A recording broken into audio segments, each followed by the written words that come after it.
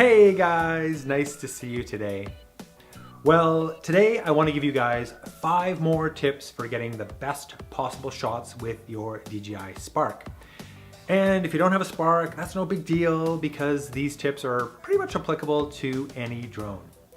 So yeah, let's just get right into it. Tip number 1 is park your Spark. Your Spark doesn't always have to be moving to capture a great shot. Sometimes the best shot is going to come from the drone just hovering in place or moving very, very slowly while something else is moving around the frame.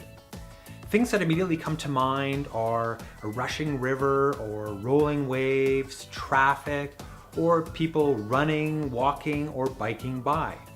So the next time you want to capture something unique with your Spark, try just leaving it hovering in place and just let the motion unfold around it. Tip number 2 is the amazing flying video camera. It dawned on me the other day that I don't just have a drone, I have this amazing flying video camera. I'm not limited by my reach or my tripod or where I can get to on foot. I can pretty much put this video camera anywhere I want. And just because the Spark is a drone, it doesn't mean I have to use it for a typical drone shot. I can put this flying video camera anywhere I want, and its software and guidance systems are gonna hold it in place for me. And the Spark has a real advantage here because of its tiny size.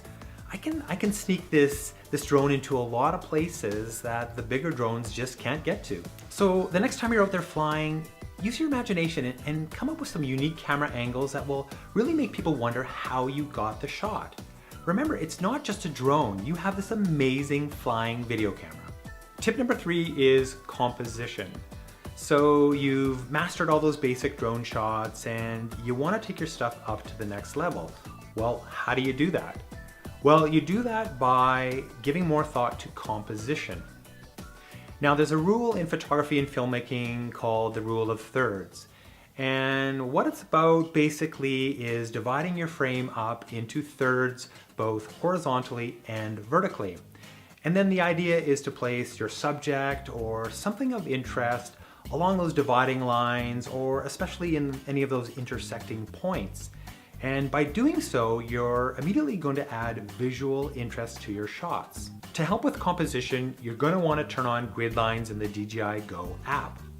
And to do that, go into the app, tap on your camera settings, tap on the third option from the top, tap on grid, and then turn on grid lines. That will put the 1/3 grid lines on your screen, and that's gonna aid you in lining up your shots. And then next time you're out there grabbing video with your Spark, don't just shoot blindly, think about the composition. Good composition is gonna make your shots look that much more interesting and professional. Tip number 4 is practice patience. When I find something interesting I want to capture, I can burn an entire battery on just one shot. The Spark only has a 2-axis gimbal, so right away you have to be more careful and more patient to get the smoothest possible footage. And I like to fly really up close to things, and that tends to magnify any drone movement. So most times, many times, almost all the time, I am making multiple runs over the same area to make sure I'm minimizing any drone movement to get the smoothest possible footage. And yeah, it takes more time, it takes more patience, I burn through a whole bunch of batteries, but the quality of my footage is better.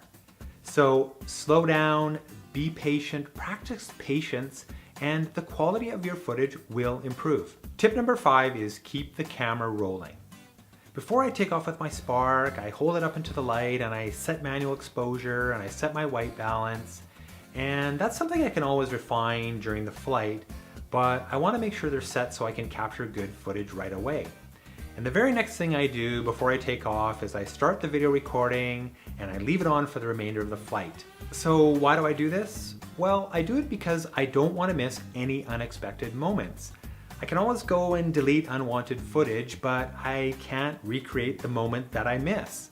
And it's like that old hockey expression, you miss 100% of the shots you don't take. Also, you can't always anticipate what's gonna happen or what you might spot on a flight. So I've just found it better to keep the camera rolling at all times.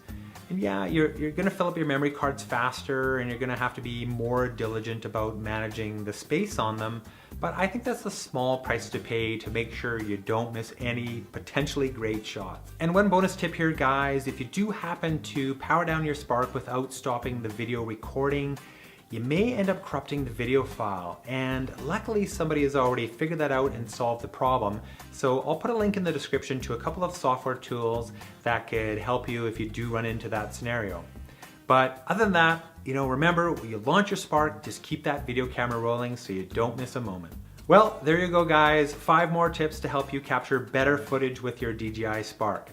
And as always, thank you so much for watching. Questions and comments are always welcome. Please subscribe if you haven't already, and well, yeah, you guessed it, we will see you in the next one.